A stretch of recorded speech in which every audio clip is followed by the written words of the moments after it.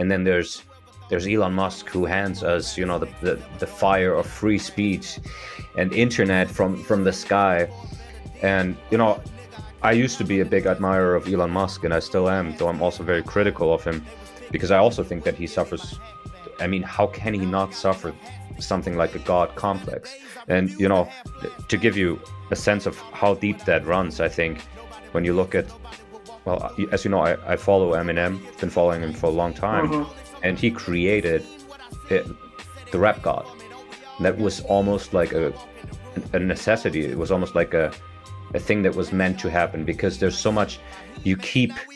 Hip hop is also like this sport of proclaiming yourself the GOAT, and it's this you keep pumping yourself up. It's almost like a fight. It's also a fight against your circumstances. You live in the ghetto. You are this repressed being, so you fall back on language to pump yourself up, and eventually, well, at the point where he declared himself to be the rap god in 2013, he was a freaking millionaire, sorry, and everybody was at his feet. When you go to his show, there's like 50,000-60,000 people hailing you as a quasi god. I've done a lot of research on how the Greek thought about poets, and the muses said, honey will flow from their tongues, and they will be essentially considered godlike.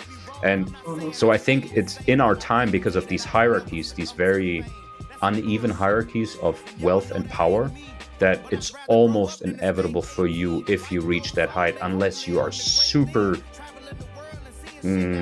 conscious and ideally religiously connected to some faith, you will sort of lose it. You will start to exert the kind of power that you feel you have. We're deifying people. We're deifying people, even if just accidentally or unconsciously, or through hero projection online.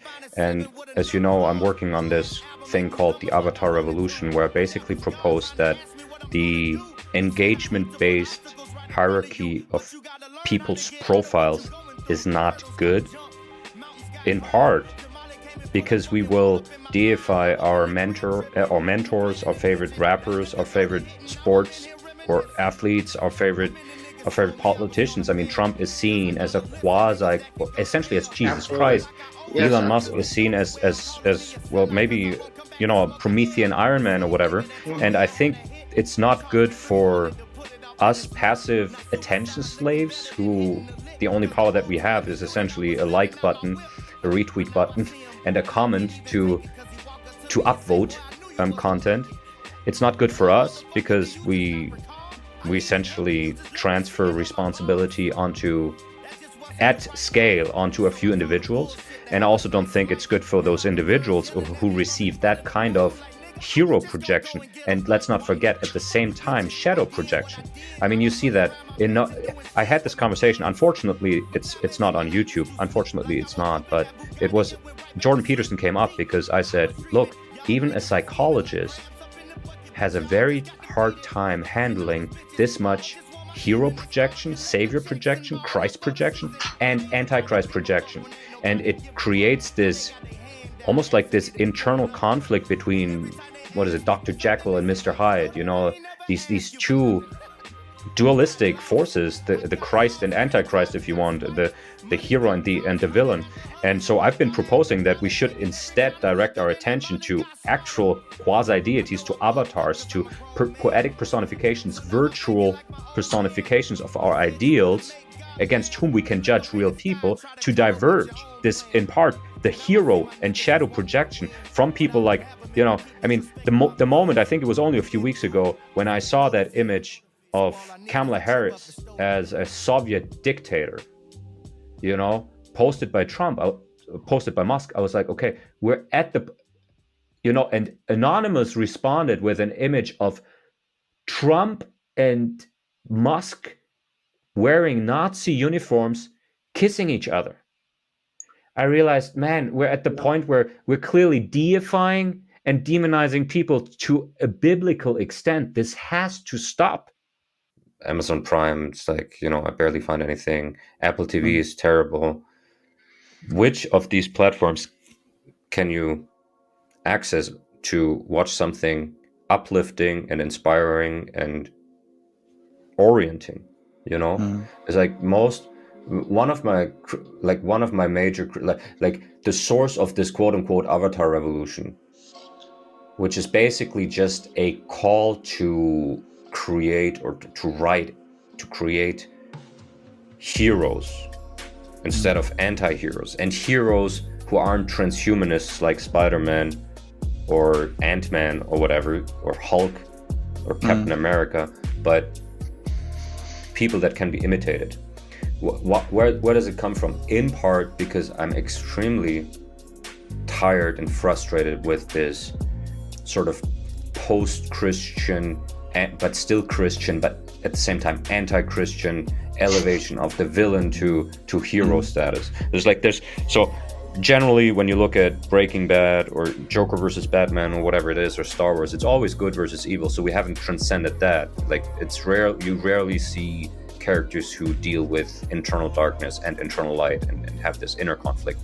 But it was like actually one of the shows with the greatest, I think, religious internal conflict is Vikings, for that matter, because it's like Ragnar has like this conflict between the old gods and Christ, which I think is just superb.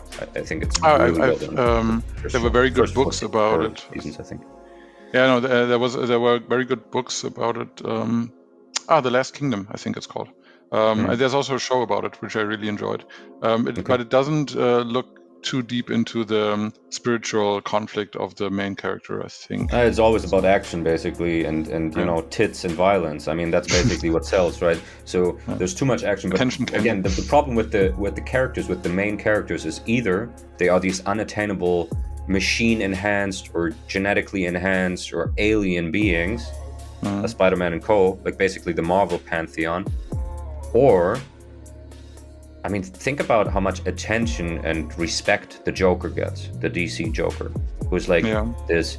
Basically, everybody's just one bad day away from becoming a murderer, a lunatic, you know. And this kind of Breaking Bad, you know, you basically give a character moral high ground in order to become completely morally corrupted over the course of 6 or 7 seasons. And it's like this elevation of the villain, of the darkness in us, to like, if it, like, the shows which are successful are mostly about drugs, about violence, about decay, corruption. It's always dark. Dystopian science fiction is much more prevalent than utopian science fiction. It's usually like the transcendence of being human. It's like a lot of science fiction is also very technical, and it's very much for like the techno-political character type, not so much for the psycho-spiritual character type, who might be more inclined to reading The Alchemist, something like that. Right now, we're part of what's hindering dialectical progress on YouTube is the attachment to your profile, and this creates like this attention oligarchy where people become static. Like the rate of development is essentially like, it approximates zero eventually. You see that in Richard Dawkins, and that's just a human fact. That's just a human fact. And even I myself, you know,